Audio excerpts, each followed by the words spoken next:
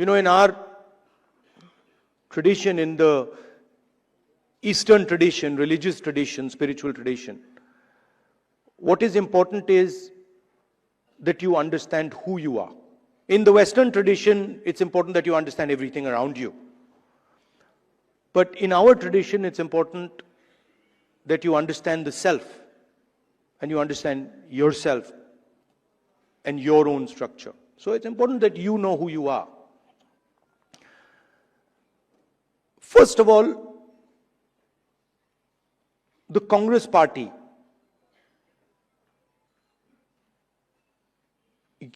you're the people who started the Congress party.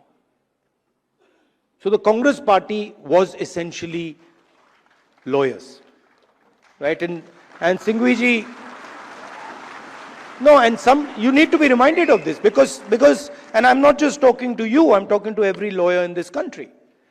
We would not have got freedom. We would not have got freedom if the lawyers of this country had not fought for freedom.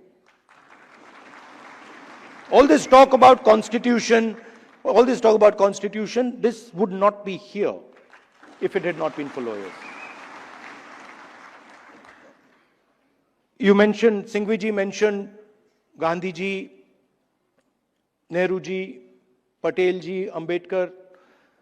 Those were the top 5 or 6 people.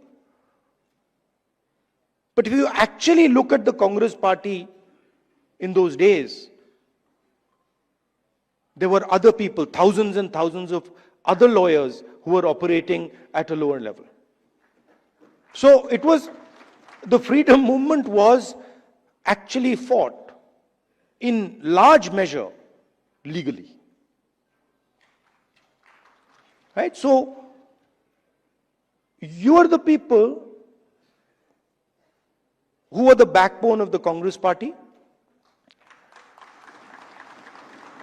And you are also the people who envisioned this constitution.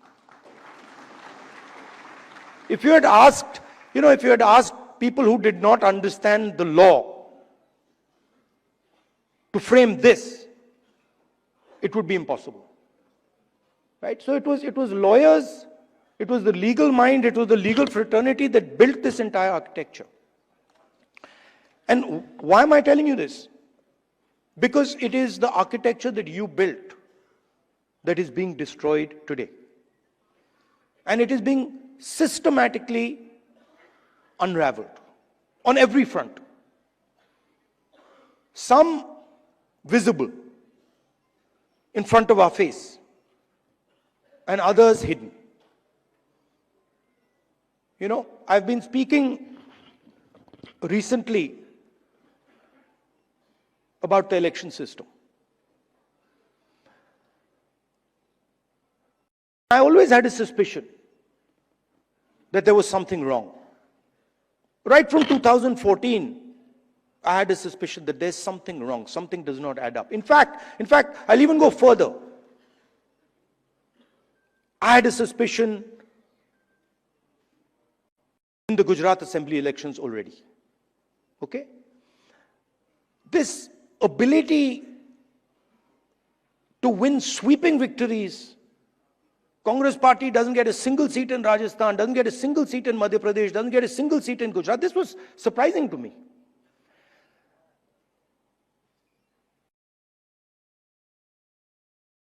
And it went on for some time. There was a conversation, but I could never speak because there was no proof. So whenever we spoke, people said, well, where's the proof? And then something happened in Maharashtra, where in the Vidhan Sabha we won the election, hands down. In the Lok Sabha we won the election, hands down. And then 4 months later, we didn't just lose, we were obliterated. 3 formidable parties suddenly just evaporated. And that's when I thought that this just cannot be. And so we started right then, to look seriously for electoral malpractice. We found it in Maharashtra. Clearly, 1 crore new voters show up between Lok Sabha and Vidhan Sabha. Bulk of those votes go to the BJP. But still, we didn't have clear proof. So when I would even mention it to our allies, that look, there is clear cheating that has happened, my allies would say to me, yes, we can see that there is cheating that has happened, but we don't have proof. And now, I say with absolutely no doubt that we have proof. And we have such proof, that will show the whole country that the institution of the Election Commission does not exist, that it has disappeared. It has taken us 6 months of non-stop work to find this proof. Why? Because the Election Commission does not give us electronic versions of the voter list. It gives us paper versions, and you'll be shocked to know, as I was, that when they give booth-wise paper versions of the voting list, that document cannot be scanned, it cannot be copied. Meaning you put it into a scanner, nothing comes out. Why would the Election Commission scan protect, copy protect the voter list? Now, you'll be shocked at the amount of detail we've gone into. And you will see, with no doubt, zero doubt, how a Lok Sabha election is stolen.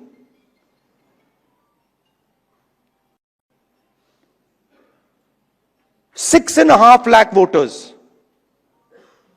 vote, and 1.5 lakh of those voters are fake.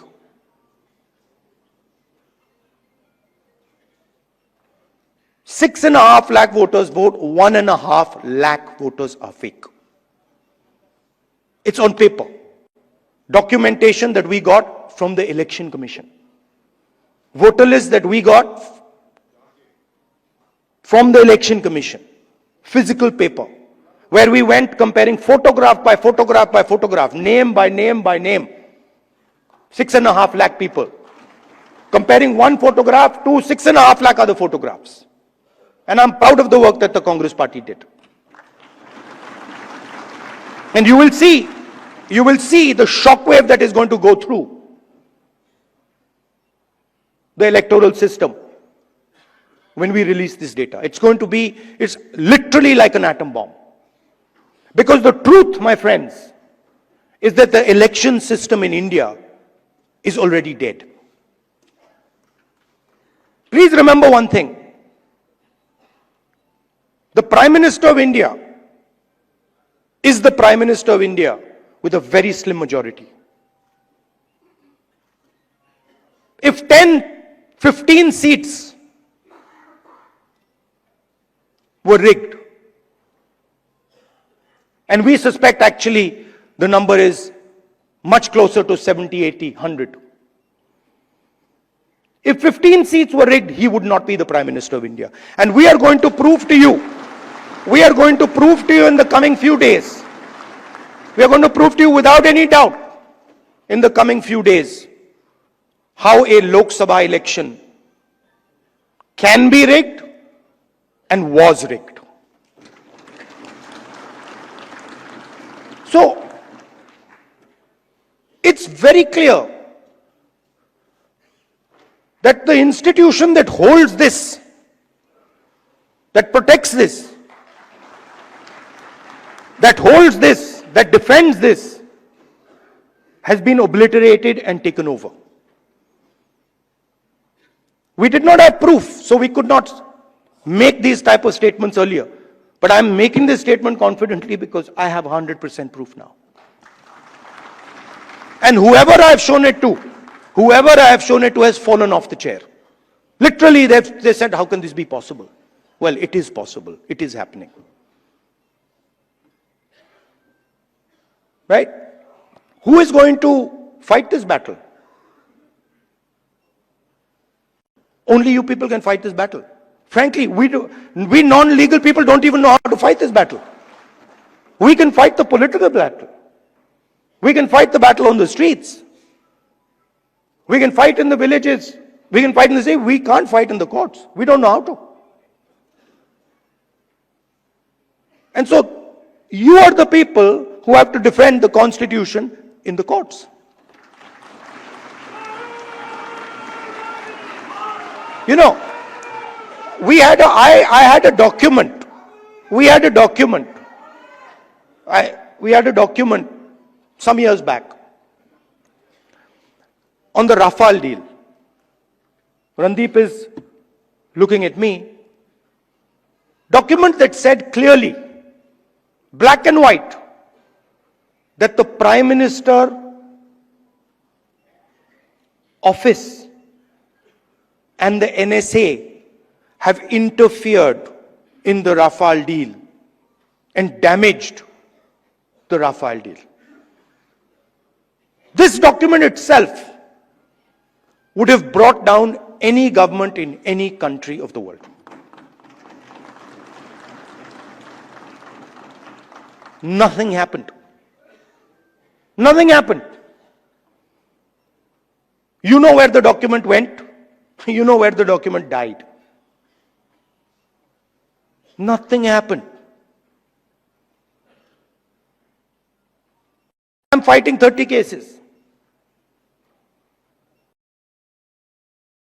Anyone who fights the regime, any political person,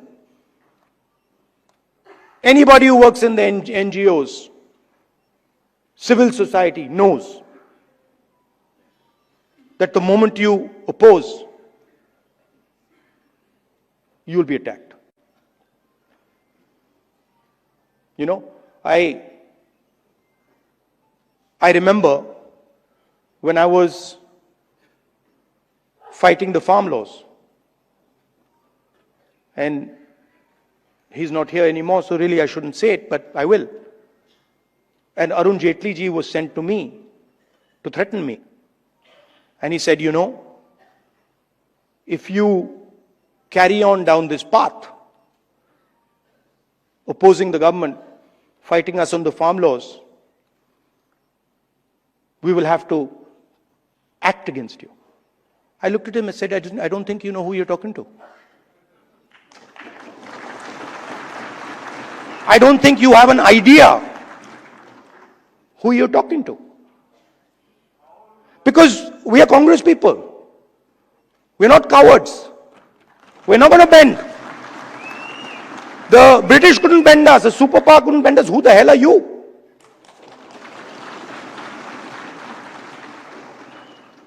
And wherever you look, the problem exists. I mean, I've said it clear as day here, that we have 100% proof. Watch the newspapers and the media tomorrow. They'll be talking about Bollywood, about how, you know, about how there was a fantastic dance, amazing solar eclipses taking place, something they'll come up with.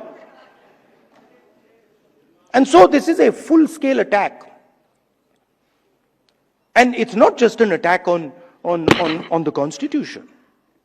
Because this book is a manifestation of India's identity. It's a manifestation of our history, of our culture, of our tradition, of our religion. This is not written in 1947, in 1950. This is 3,000, 4,000, 5,000 years old.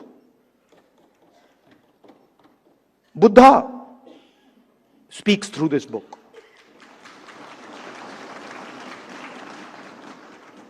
Narayana Guru, Basavana, Ambedkar, Periyar, everybody who's been anybody in this country. Right? Anybody who's been, you look, anybody, and in every state there are there. In Assam, Gaurav will tell you. Right? In Tamil Nadu, in Karnataka, in Uttar Pradesh, Kabir, there's a list. So this is not something that we dreamt up in 1947 or 1950. This is something, this is our blood. And how dare you attack our blood? Right? So we are not just, we must remember, we are not just defending this red book, this legal document. We are defending our way of life. Right? Tell me which Indian tradition, which Hindu tradition says that you should beat up a Muslim child? Where is it written that you should lynch someone? Which tradition of ours says it? There's not a single tradition of ours that says it. Our tradition says everybody is the same. So these people, they're not attacking our politics. They're attacking us. They're attacking our history. They're attacking our religion. For anybody who understands Hinduism, anybody who has gone into depth in Hinduism, they're attacking Hinduism. And frankly, yesterday my sister said to me, now, personal बात है तो बोलनी नहीं चाहिए, मैं बोल देता हूं, नहीं माफ करूंगा. She said to me, Rahul, you realize that you're playing with fire. And I said, yeah, Priyanka, I am playing with fire. I will continue to play with fire. I'm not scared of playing with fire.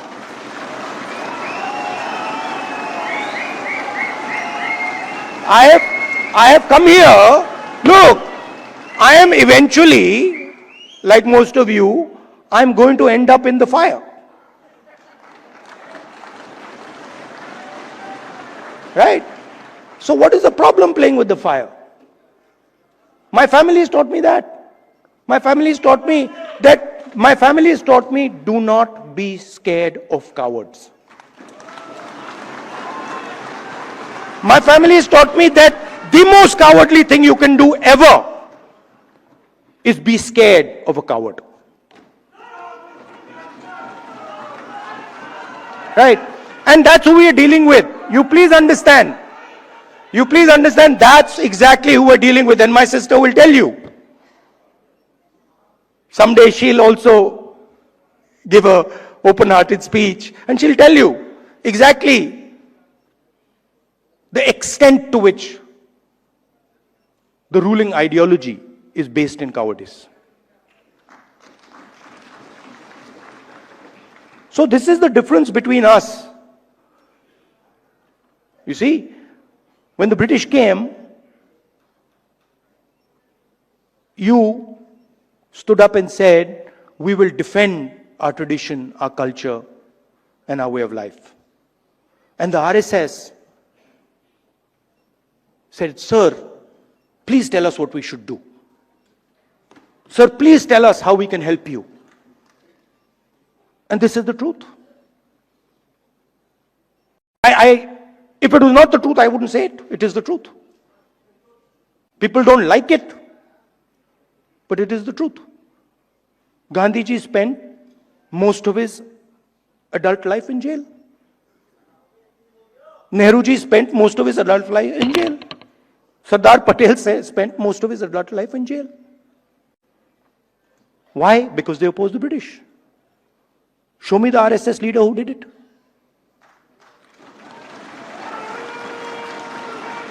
So they fear the Congress. The true Congress. You see, they fear the true Congress. And every single one of you have the true Congress inside you. What is the Congress? I'll tell you what the Congress is. What is the Congress? The Congress is, you know, a famous American general, General Patton, who fought in World War II, was asked, what is the difference between a hero and a coward? What do you think his answer was? He says 5 minutes. He says the hero waits 5 minutes and the coward runs away.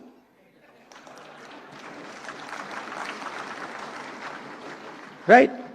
So the Congress is just simply bravery. It's just bravery. When somebody comes in front of you, says something to you that you don't agree with, and you have the courage to stand up and say, sorry, I don't agree with it. I will not accept it. That's the Congress. Up now, there's another element. You can be courageous and be wrong.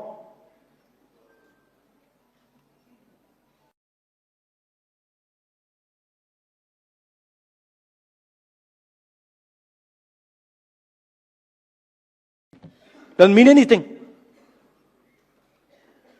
We are going to be courageous, but we are always going to be defending the truth, not defending some lie. And then the final thing, most beautiful thing, we are going to do it non-violently. So we will not, no matter what you do, you cut our arms off, we will not act violently towards you. So these three things, the ability to tell the truth, courage, and then not letting your anger overtake you and go into the zone of violence. This is the Congress. And if you want to define the BJP, just do the opposite. No, बड़ी अच्छी तरह fit होता है. If you don't have the courage, you deal in untruth, and you're violent, there you are. That's the difference. So I'd like to finish by saying, you're an inspiration to us. I mean, I know when I am navigating, when I am in the कहीं भी डाल दो मैं navigate कर जाऊंगा, but court में मैं नहीं जानता क्या करना है. मुझे कहते हैं, चीमा जी बैठे, मुझे कहते हैं भैया ये बोल मत देना.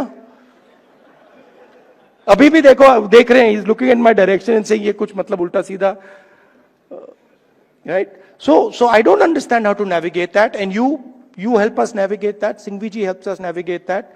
Chithambaram ji, Kapil Sibbal ji is not here, but he also helps us navigate that. You know, so thank you very much. And finally, Singhvi ji, I had an idea while I was sitting there, which was that, you know, every hospital has a blood bank. When you need blood, there's a blood bank.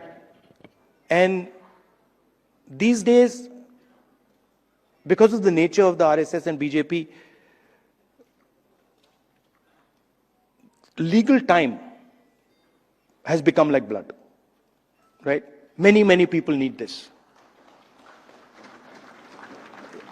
For the Congress people, it's easy. You know, Sukhuji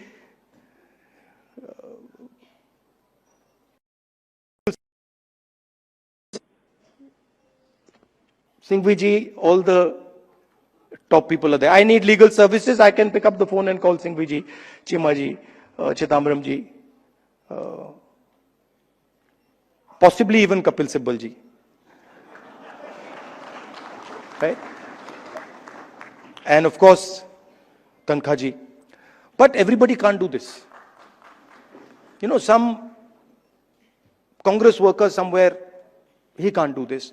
Or if you're not Congress, somebody who's being attacked, civil service person being attacked, can't do this.